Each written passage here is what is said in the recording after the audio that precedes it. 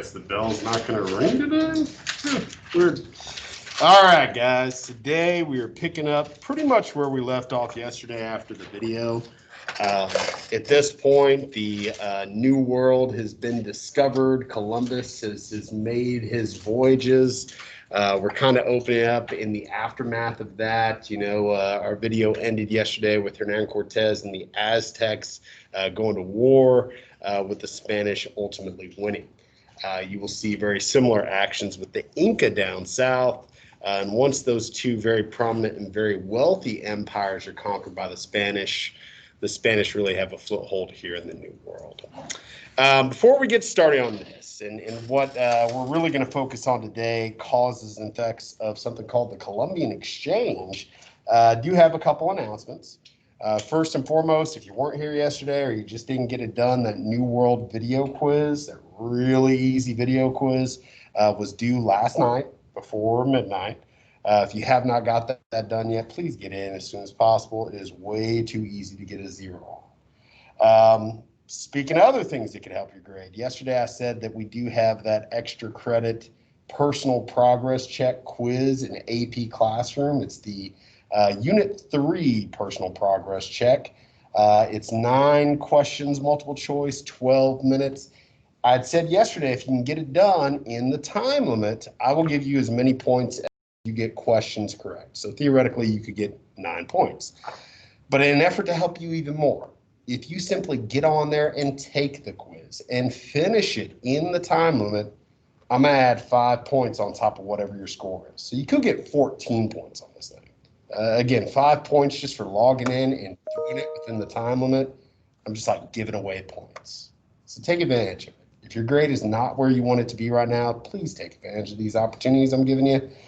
We can only do so much of this easy stuff. In another effort to help you out, we might finish a little bit early today, but tomorrow is a catch-up day. So if you owe me anything, please use your time wisely. Get that stuff in before you leave for the break. If you want to see what your grade is, if you're curious, if you don't know, if we finish early today, by all means, come up and we'll look and see exactly what you got and why you got it. So that's kind of where we're going today. We're just going to handle the Columbian Exchange.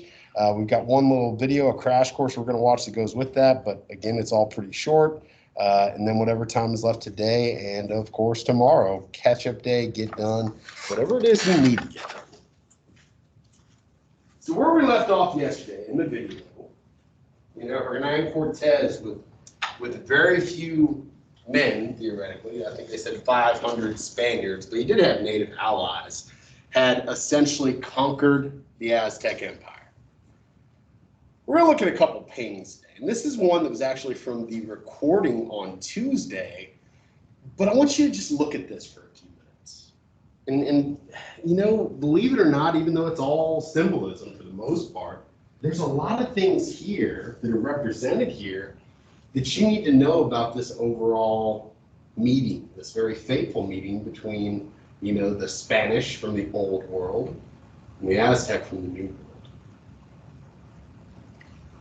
So what I'd like you to do, just looking at the painting, and I'm going to ask for volunteers, but if nobody volunteers, I'm just going to call on you, and you don't want that. Let's do a little I Spy.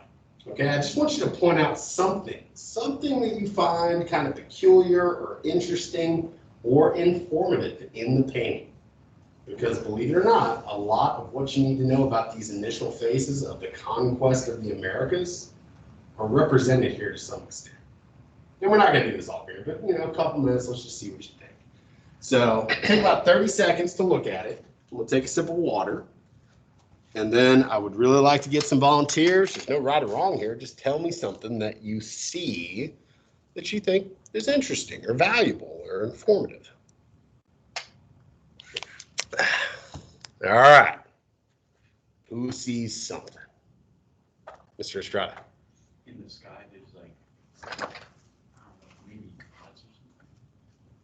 Yeah, it's kind of hard to tell. Over here, there's some trippy stuff going on. You got like I don't know, what is that? Pelican with its head chopped off. You've got, it looks like these gods or these figures, in shock, in tears. If you look even over here, maybe this is representing Tenochtitlan, because remember the Aztecs founded it after they found the eagle on top of the cactus eating the snake. That might be represented there. Yeah, you know, it's almost as if, you know, the old ways, the old gods, the pantheon that you saw in the Aztec Empire is dying off based on what's coming. But what else, Mr. Nunez? To the right, there's a horses, right? Yeah. Did the Aztec have horses? No. No horses in the New World for thousands and thousands of years. That's not until the Europeans bring them. We know that one of the reasons this relatively small force of Spaniards could defeat this very large Aztec empire was because they had horses. Okay, horses, you know, when you're fighting people on foot, that's going to be very helpful. You can move faster, you can attack from an elevated position. It's going to be a big aid in combat. Throughout history, you know, cavalries have done very well for themselves. Look at the Mongols. Okay, what else? Very. It's like a little red thing in the right bottom corner. I don't know what it is called. To me, this looks like a demon or the devil or something. And, you know, when you look at what happens to the Aztec, the fact that most of them die, and those that are left are conquered and enslaved, yeah, you know, these people coming in, even though they are Catholic and are bringing Christianity to the masses here, from their point of view, these are devils. What else? There's a lot going on here. Weird stuff. People bow. People bow. Why do you think they're bowing before Cortez? They think he was Guys, there's this legend, you know, in Aztec folklore, and I'm probably misquoting it, but I'll give you the overview. They believe that one of their many gods, you know, who was a fair-skinned god, a bearded god, would one day come back to them, and he would come from the sea. All right, so they hear tells, you know, of this army, you know, this force marching towards Tenochtitlan. You know, because they got spies out there. It's a tributary empire. They've got their source of information. And they hear about this guy with white skin and a beard who came from the sea. Now, for us, he's just some dude. You gotta understand, the Aztec had never seen a white person before, so that had to be kind of weird. You know, it'd be like if somebody came in here with blue skin. It would be like, oh my God, that's wild. They had never seen horses before, or anybody riding an animal like this. So from a distance, they probably look like they're 10 feet tall. Remember, the Aztec are still essentially in the Stone Age. So when the sunlight's like glimmering off their armor and their swords and stuff, that had to look amazing. The Aztecs had never seen guns before. This guy, this powerful guy, he can take a stick and shoot fire at it. What's a gun? That's all it is. But the Aztecs don't know. And due to this misinterpretation, okay, that's one of the reasons that they invited the Spaniards into their capital city. Had they not done that, and the Spaniards had to take it completely by force, considering it is an island, it would have been much more difficult. But they let them in, and the rest is history. Again, you look at the reasons that they defeated the Aztecs. So you got your cannons, you got your horses, you've got your steel swords and armor. You don't really see the impact of disease, but this person looks pretty sick, so maybe you do. Here in the background, you know, we see the old ways, you know, the gods of the Aztec, their belief in human sacrifice starting to come to an end. Remember, the Aztec, like a lot of natives, you know, the sun was a big part of their pantheon of gods. Well, now that sun's being blocked out, maybe by the rise of the new god coming in to replace them. Again, lots of crazy symbolism here, a lot of which you need to know. Now this encounter, and even, you know, the encounter before it, way before it, about 20 years before it, of Christopher Columbus and the Taino tribe, leads to one of the most important historical events in human history, the Columbian Exchange. We're now on part 2 of the PowerPoint, the Columbian Exchange. Our goal today is to look at causes and effects through some visual analysis, which we've already kind of done, some group discussion, which we've done a little bit of, some note taking. We also got a cool video to watch. Columbian Exchange. I got a decently long definition here for you. I highly advise you to copy it down. I would actually copy this down word for word. At some point after Thanksgiving break, we are going to have another SAQ, a set of short answer questions. On one of them, at least one of them, they're going to refer to the Columbian Exchange. And if you can accurately define it and then give a little bit of detail, I mean, that's going to be your answer. All right, so I'm giving this away in advance. The Columbian Exchange, the widespread sharing of animals, plants, cultures, ideas, technologies, and diseases between Afro-Eurasian cultures and the native peoples of the Americas.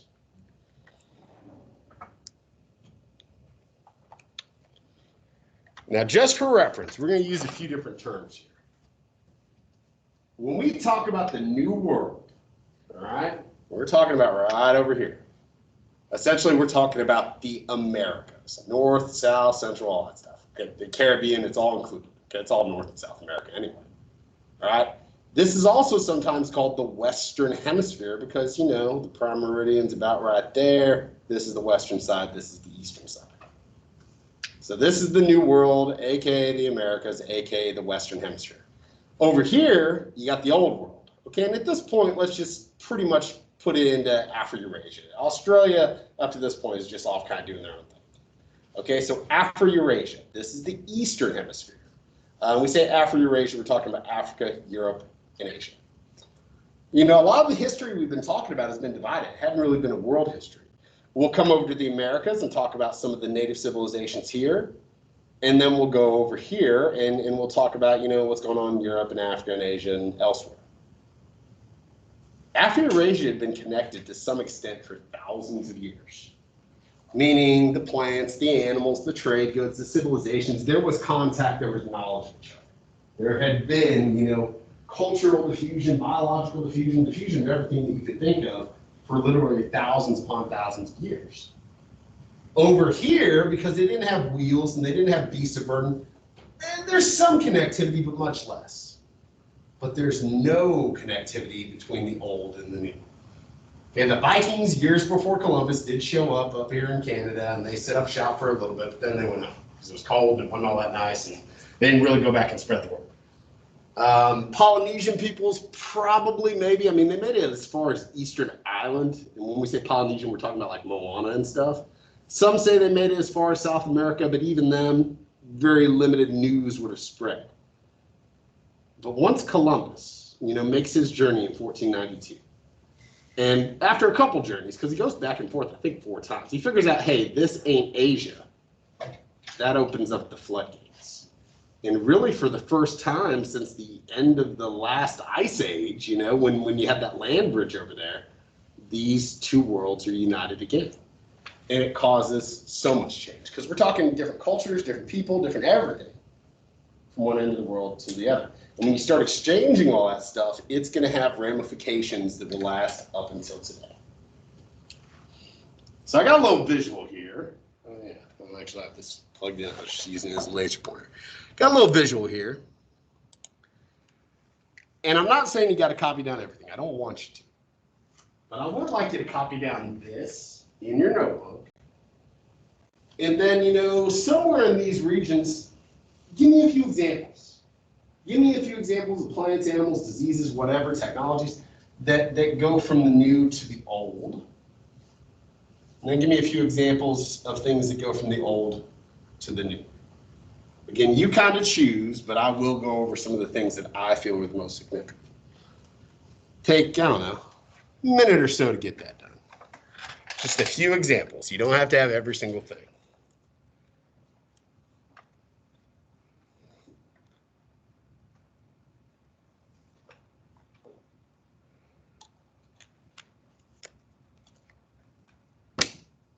Okay, first, this is called the Columbian Exchange because Columbus initiates it. Did he do it on purpose? No. But it all comes after Columbus. This is not saying he's a great guy or celebrating him or anything like that, but he was historically significant, so we're still talking about it.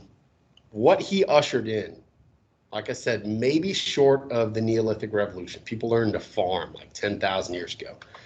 It caused so many ripple effects, so many ramifications in world history. And this is really the time period, because up to this point, Europe's just kind of been doing their own thing. This is the time period from this point moving forward up into the 20th century that Europeans really start to dominate the globe. And a lot of that is a ramification of the Columbian Exchange. So let's look at some of the things that go from each end.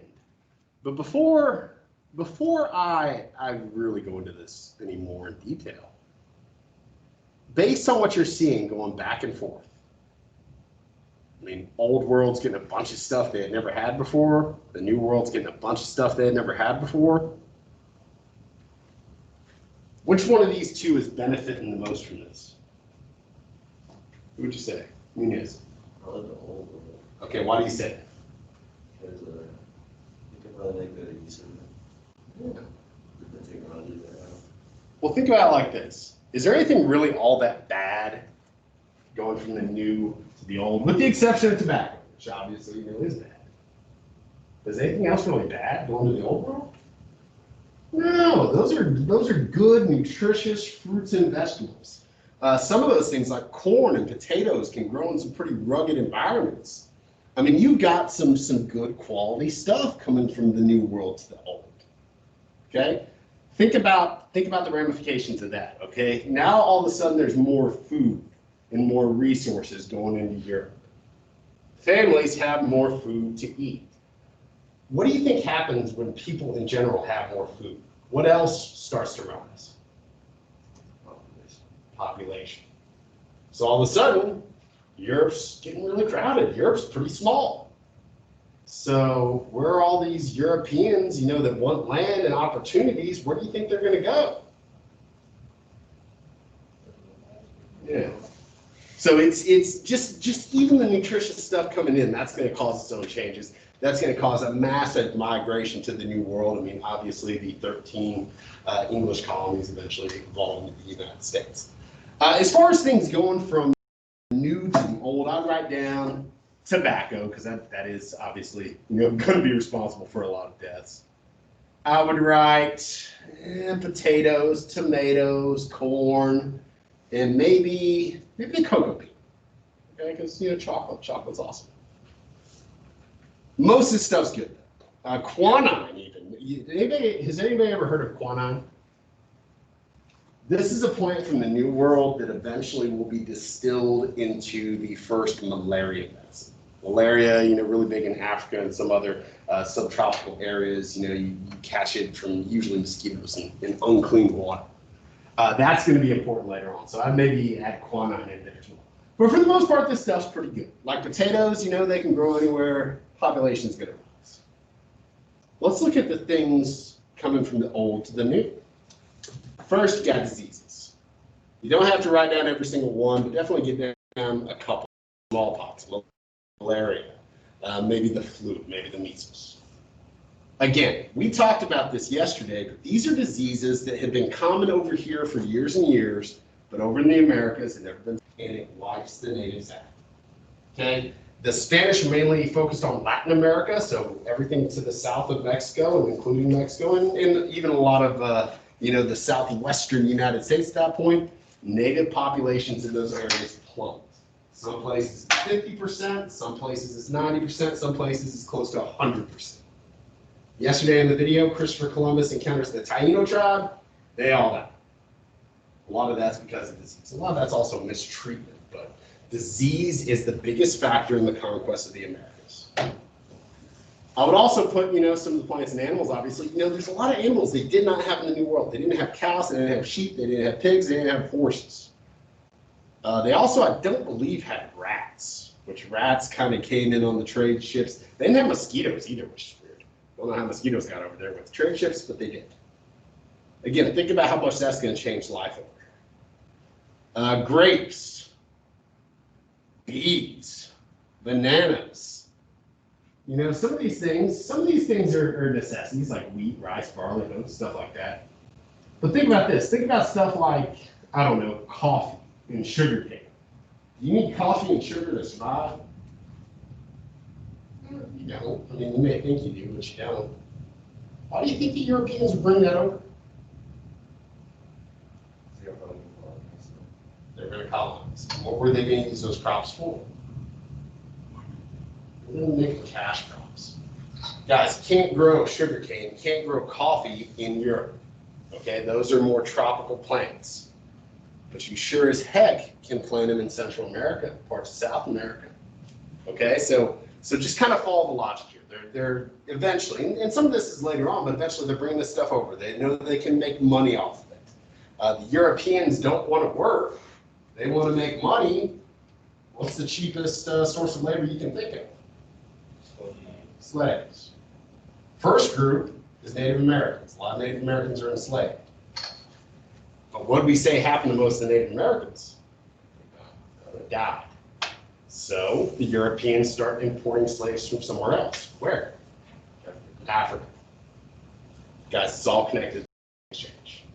And then just think about all the ramifications. These old world countries, that are colonizing over here, they get filthy rich, and that gives them the money to, invest in their armies, invest in technology. Eventually, that's where the Industrial Revolution happens. Eventually, they go out and colonize almost everywhere else. All of Africa, a lot of Asia, obviously the Americas.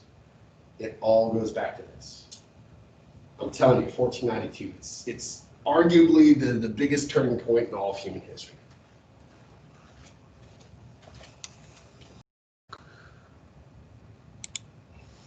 Now I got one more painting, and then we'll watch the video and we'll be done. This one, if you thought the first one was trippy, this one's just messed up. If the first one is kind of ramifications and kind of some hints at the conquest of the Americas, this one's, kind of some of the initial and even lasting long-term effects of the Columbian Exchange. Again, Columbian Exchange was really good for Europeans. It was really bad for Americans and Africans and a lot of other groups. So take a second to look at this. And again, we're going to do it just like we did before. I want you to point at a couple things, or just call them out, spot them out, I guess you could say. And let's talk about them, because again, you're seeing a lot of the effects. You may not realize it, but that's what you're seeing. This is a painting by a very famous Mexican painter, Diego Rivera. He was alive during the early 1900s. And he did a whole series. He did a bunch of paintings about like the history of Mexico, going all the way back to the beginning. So just like we did last time, I want you to take about a minute, a solid minute, look at the painting. And let's just point out a few things that you see. And we'll only do this for a few minutes.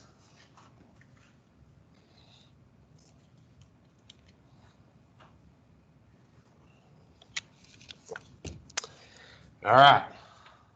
Mr. Nunez, tell me something you see.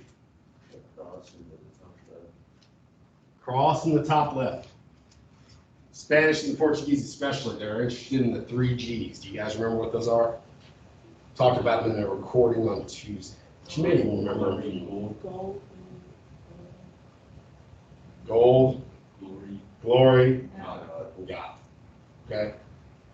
During this time period, and this is even more important after the Protestant Reformation. During this time period, the Spanish and the Portuguese, they're very, very much Catholic. In fact, the 2 monarchs that paid for Columbus's voyage, King Ferdinand and Queen Isabella, they're the first real monarchs of Spain. They're the ones that forced out the last of the Muslim influences and every other influence during something called the Reconquista. So they're huge into Roman Catholicism. They want to spread the faith. They want to get gold, don't get me wrong. Probably a big motivation, biggest motivation of all these different groups to get involved. And they want to get glory, they want to be renowned. European countries are notoriously competitive with one another, but they want to spread the faith. So you come here, and you see a lot of these natives like the Aztec engaging in human sacrifice. You're going to see it as your duty, as a Christian, to try to convert them. And, a lot of natives did convert willingly because, what choice did they have? And their life was going to be easier. But there was also sometimes forced conversion. At least that's what this implies. Because you've got this already converted natives. You've got this guy bowing down. It's almost as if you're going to take the cross or you're going to take the sword. At least that's how I interpret it. And that's how a lot of people interpret it. Again, warfare, conquest. We saw this with Islam. We see it with a lot of religions and the spread of religions. It does aid sometimes conversion. It's always easier to convert to the conqueror's faith because you're going to be treated better. Okay, what else? Let's do maybe 3, 4, 5 more things, right? In the back of the tree for me. People are being hung. Again, these are the realities of slavery. Slavery is all about greed. That is the core motivation. The Europeans, after they had subdued some of these American civilizations, in this case, we're talking about the Spanish and the Portuguese early on. Others do come later. But they're here to make money. Okay? In the Americas, you've got untapped resources. You've got all sorts of trees. You've got good farmland. You've got gold and silver. It's going to be more profitable if you use forced labor.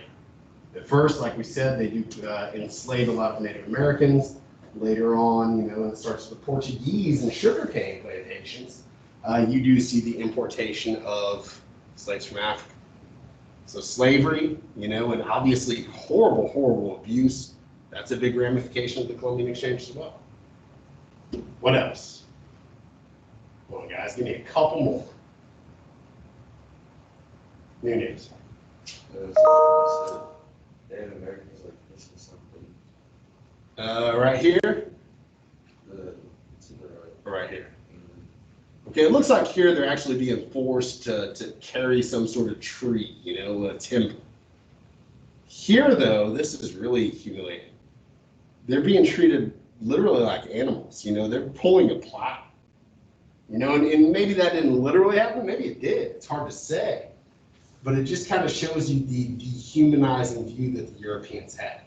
One of the things that you see, and we'll talk about, you know, a lot of the early racist mentalities of this time period, but the Europeans tried to paint the Native Americans, the Africans, as in some way racially inferior, intellectually inferior, closer to animals than themselves. That way, they could justify abusing them and doing terrible things to them. Again, did they really believe that? Yeah, some did, some didn't. But it all goes back to greed. They can make more money by using forced labor than by paying people. Guys, there's a lot going on here. You got all the new animals coming in. You got just kind of the greed in general. You see a lot of the Europeans looking very devilish. Here you see someone being branded, you know, like a piece of property. You see some of the new weapons. You see some of the new ways of life. You see more and more people coming in. Again, it's sad. It's terrible. But man, that's the Columbian Exchange. All right, so we are now going to watch our little video, and then we'll be done for the day. This is a crash course video. We've watched several of them before. We're going to watch a few of them after the break as well, because there's a good amount of crash courses over this broad topic. You can add to your notes if you want, but I think, you know, hearing him go into some examples that I didn't get into, that could be helpful. For you guys at home, just watch it on Canvas. It's kind of difficult to show it to you guys on video and them here in person at the same time. So let me stop the recording. Whatever time we have left.